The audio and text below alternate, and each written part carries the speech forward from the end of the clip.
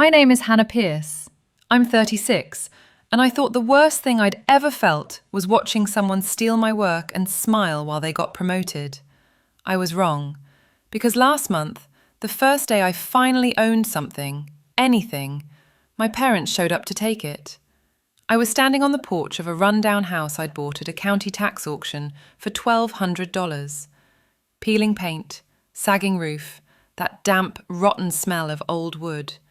I hadn't even carried my first box inside when a shiny SUV rolled up, tires crunching gravel like a threat. My mother stepped out with my sister and our family lawyer. "This house doesn't belong to you," she said. "Hand over the keys." Before I go on, tell me where you're watching from.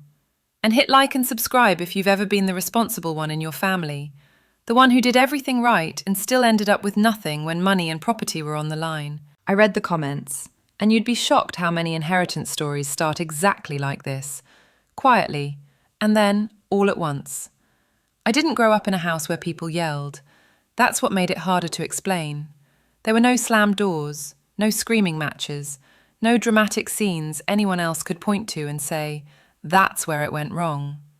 What we had was quieter, polite, clean, the kind of family outsiders described as solid. We lived in a beige two-story house in the suburbs of Columbus, Ohio. White picket fence, two-car garage that my dad kept spotless, a maple tree in the front yard that turned red every October. From the outside, it looked like stability. From the inside, it felt like a hierarchy everyone understood except me. I was the oldest. That meant responsibility, not importance. When I was 8, my mum started letting me stay home alone after school. She said I was mature.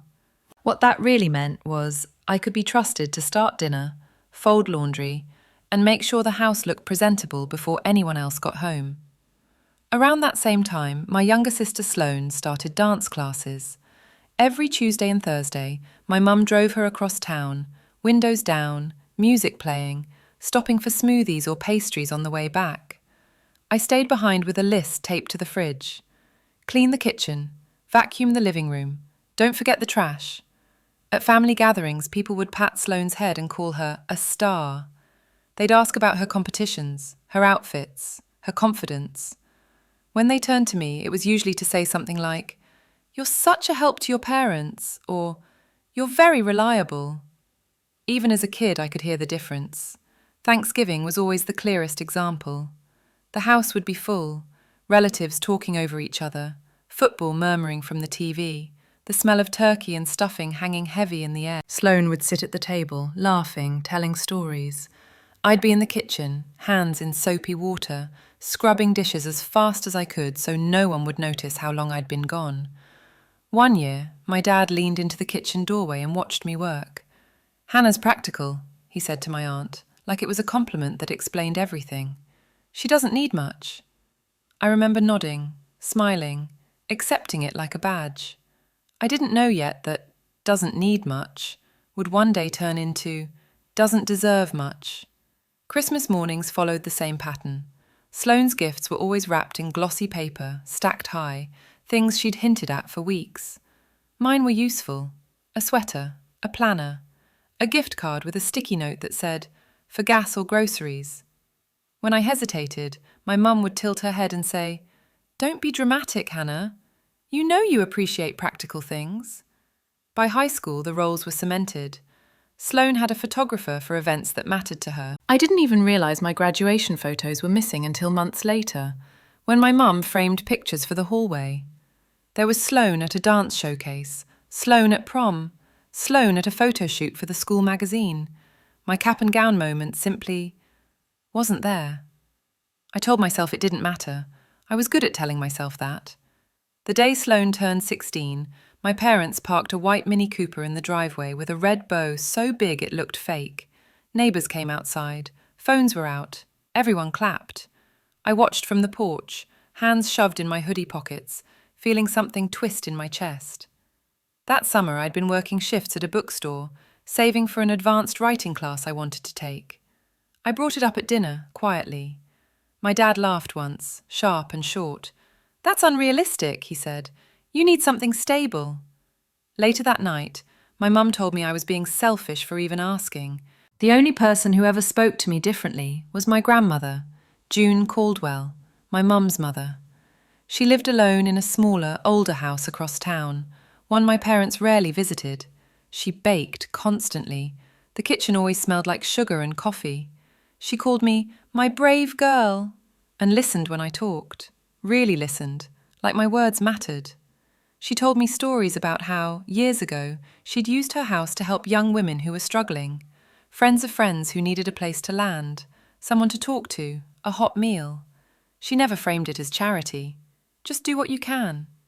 When she died, I was 14. The funeral was quick, formal. After that, no one mentioned her. Her photos disappeared from shelves. Her name stopped coming up. When I asked what happened to her house, my mum said it had been sold a long time ago and changed the subject. I believed her. I believed a lot of things back then. By the time I graduated college with a finance degree, I'd learned how to survive by staying quiet. I worked. I paid my loans. I saved every dollar. I lived in small rooms with thin walls and second-hand furniture. I told myself independence was enough. Looking back now, I can see the patterns so clearly it almost hurts. But at the time, I thought this was just how families worked. Someone shines, someone supports, and someone like me learns not to expect a seat at the table. I didn't know yet that all of this, the silence, the promises, the missing pieces, was leading me straight toward a house everyone else wanted me to forget. College was supposed to be my clean break. I left for campus with 2 suitcases, a used laptop, and the quiet belief that if I worked hard enough, life would eventually even out. For the first time, no one compared me to Sloane. No one told me I was being dramatic. Professors graded my work on what was on the page, not on how well I photographed. I chose finance because it felt solid. Numbers didn't play favorites. If something didn't add up, it didn't add up, no matter who you were. That logic made sense to me in a way my family never had. After graduation, I stayed in Columbus and took a job in finance operations downtown. The office was glass and grey, always humming, always cold. I was good at the work, not flashy, just accurate. I stayed late, fixed reports, and caught mistakes before they became problems. When someone needed help, I stepped in. That was how I ended up helping Thomas. Thomas sat 2 rows over from me. He had an easy smile and a habit of acting overwhelmed. I walked him through systems, explained workflows, even stayed after hours to help him prep for performance reviews. When a big presentation came up, I volunteered to draft it. I didn't mind staying invisible if the work was done right. A week later, Thomas got promoted. I found out standing in the break room, holding a paper cup of burnt coffee, listening to people congratulate him. He'd taken my presentation, changed a few headings, and sent it upstairs under his own name. When I brought it up, my manager shrugged and told me to be a team player. I was reassigned to a support role. I didn't cry. I went back to my desk and stared at the screen until everything inside me went very still. That was the moment something shifted. I stopped trusting goodwill. I started saving everything. Emails, drafts, timestamps. If it mattered, I kept proof. I left that job months later with my savings intact, and my faith in people permanently cracked. For the first time, I understood something my grandmother had always hinted at. Security isn't about comfort, it's about control. That winter, I started looking at county auction listings. I didn't tell anyone. It felt like something I needed to do alone. I scrolled through pages of properties no one wanted. Abandoned lots, condemned houses, places that had fallen behind on taxes and been forgotten. One listing stopped me. Maple Hollow Lane, Lot 14. The photo was blurry, taken from above, like the house didn't want to be seen. There were no details beyond the starting bid. I drove out to see it on a grey afternoon. The house was worse in person. Peeling paint, boarded windows, an oak tree leaning hard toward the roof. The porch sagged under my weight when I stepped onto it. And yet, standing there, something in me relaxed. The house didn't care who my sister was. It didn't ask what I did for a living. It didn't measure me against anyone else. It just stood there, worn and quiet. waiting. At the auction, people scrolled past the listing like it was a mistake. When the auctioneer called for bids, I raised my hand once. No one followed. The gavel came down. $1,200. The auctioneer looked at me like I was either brave or stupid. I signed the papers with a hand that barely shook. I didn't tell my parents right away. I wanted to move in first. I wanted one night where the key in my pocket meant something before anyone else touched it. That night never came. When they showed up with the SUV and the lawyer, I felt the old instinct rise in me. The urge to shrink, to apologize, to hand over whatever they wanted to keep the peace. I almost did it out of habit, but something stopped me. Maybe it was Thomas's promotion replaying in my head. Maybe it was my grandmother's voice calling me brave. Or maybe it was the simple fact that no one had ever shown up with legal papers over anything I owned before. Fear doesn't usually sound loud. For my parents, it sounded careful, measured, urgent in a way I'd never heard. They weren't worried about me. They were worried about what I might find. That night, after they left, I sat alone on the porch steps and watched the light fade out of the sky. The house creaked behind me, settling, like it was breathing for the first time in years. I thought about every dinner where I'd stayed quiet, every time I'd accepted less because it was easier. I didn't know what was hidden under that house yet. I only knew one thing for sure. For the first time in my life, something belonged to me. And whatever my family was trying to protect, they weren't getting it back without a fight. The first letter arrived 3 days later, folded cleanly, slid into my mailbox like it had every right to be there. I knew it was from a law office the second I touched the envelope. Thick paper. My name printed in a font that felt too confident. Inside was a courtesy notice from Brent Halstead's firm, explaining that there may be a defect in the title to the property on Maple Hollow Lane, and advising me to avoid making irreversible changes until the matter was resolved. Courtesy. That was the word they used when they wanted something without asking. I called my father. He answered on the second ring, like he'd been waiting. "Don't worry about it," he said before I finished reading the first sentence. "It's just paperwork." "What paperwork?" "The kind you don't need to get involved in," he replied. "Family business stays in the family." I hung up with my jaw clenched, and the letter spread flat on the kitchen counter. The house smelled like dust and old wood. I could hear traffic somewhere far off, a reminder that the rest of the world was still moving while my own had narrowed to a single piece of paper. The next escalation came at dinner. My parents invited me over like nothing had happened. Lasagna again. Same chandelier, the same painting my mom liked to call a symbol of prosperity. Sloane arrived late, sunglasses still on, phone already in her hand. "I have big news," she said, sliding into her chair. "I'm finally booking the retreat space in Sedona. It's perfect, healing, transformational." My mum smiled like a proud sponsor. My dad turned to me. "You said you'd help with the deposit," he said calmly. "Have you transferred the money yet?" I set my fork down. "I'm not transferring anything." The table went quiet in that special way families get when they don't like the answer. "You promised," my mum said. "No," I replied. "You assumed." Sloane laughed, short and sharp. "You bought that wreck instead, right? That little house?" "It's mine," I said. My dad leaned back. "That's selfish, Hannah. This retreat isn't just a business. It's a mission." Something in me hardened. "I've been on a mission my whole life," I said. "No one ever funded it." My mum's smile disappeared. "If you choose to be poor, then fend for yourself." The words landed heavier than the legal letter. They weren't angry. They were final. The next morning I got a text. "Please remove your name from the Easter plans. The family doesn't need negative energy." I stared at my phone for a long time, then set it face down on the counter. The house was quiet. No one is telling me what to fix, what to give, what to sacrifice next. Just the sound of my own breathing and the slow drip of a leak somewhere behind the walls. That was the day I went into the basement. I hadn't planned to.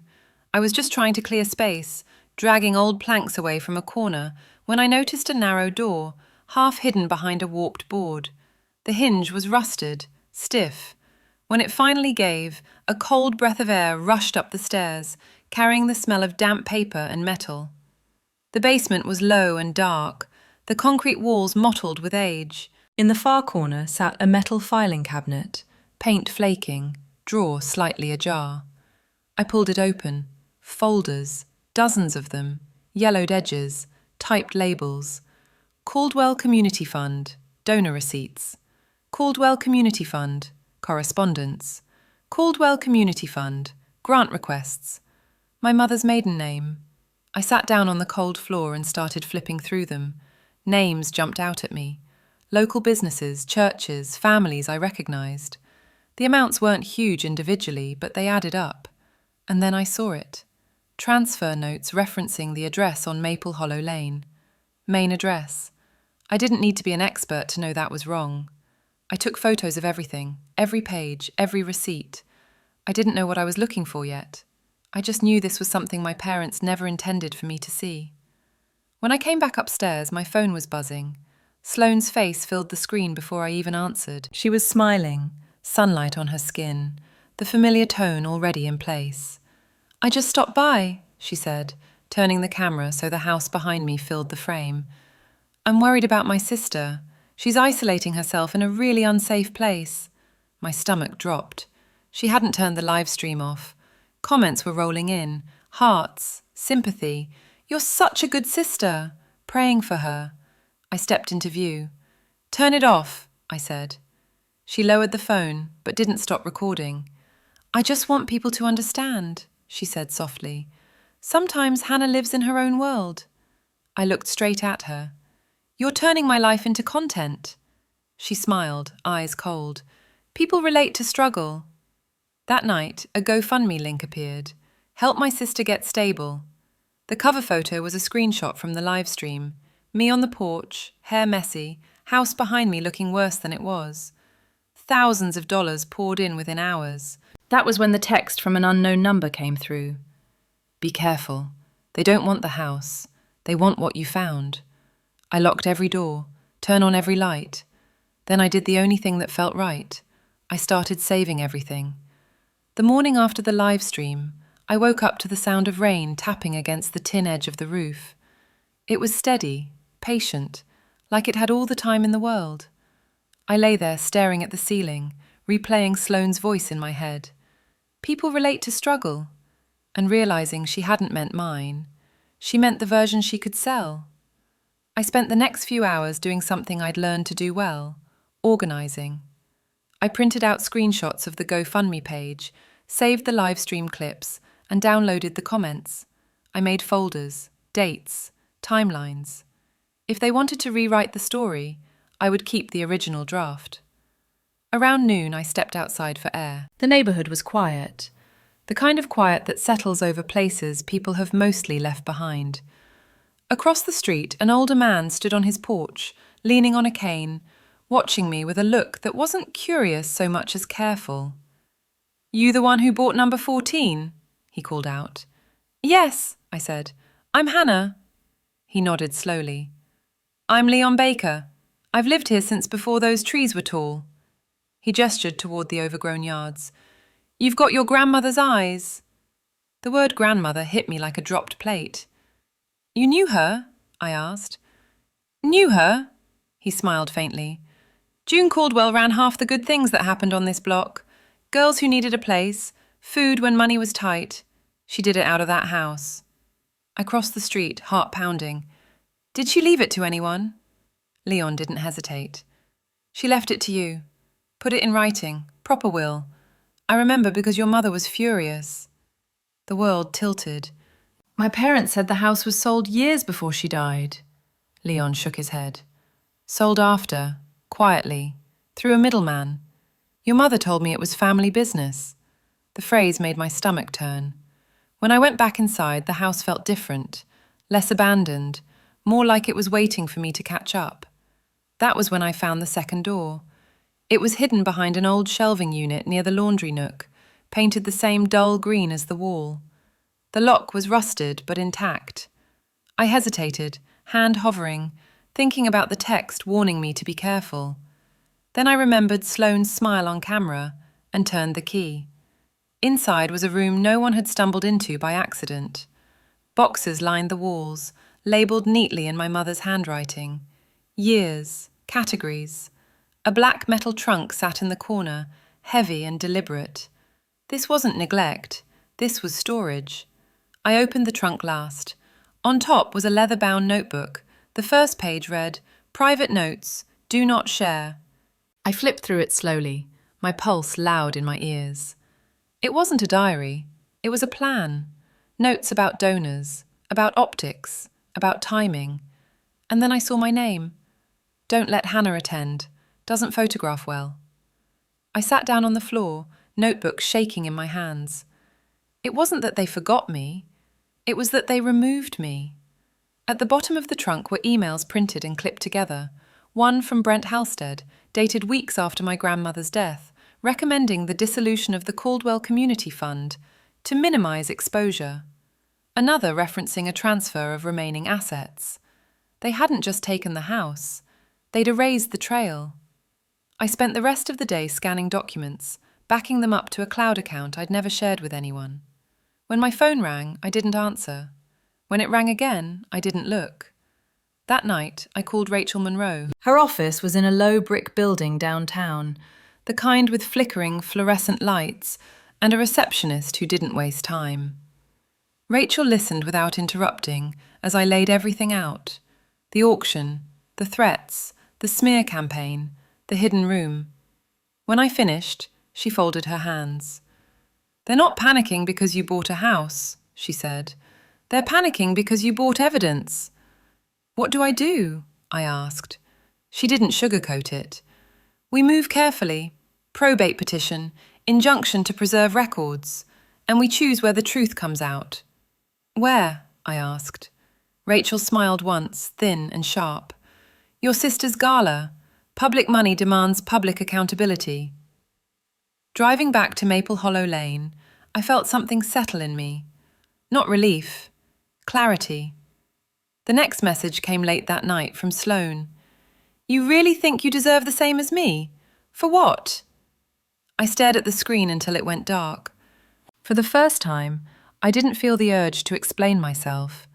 I didn't feel the need to prove I was worthy. I knew exactly what I had, and exactly what they were afraid of. They thought they could scare me back into silence. They thought they could bury the truth under legal language and curated sympathy. They were wrong. I closed my laptop, turned off the lights, and sat in the quiet house, listening to the rain ease up outside. Somewhere beneath my feet, decades of lies were stacked in boxes, waiting.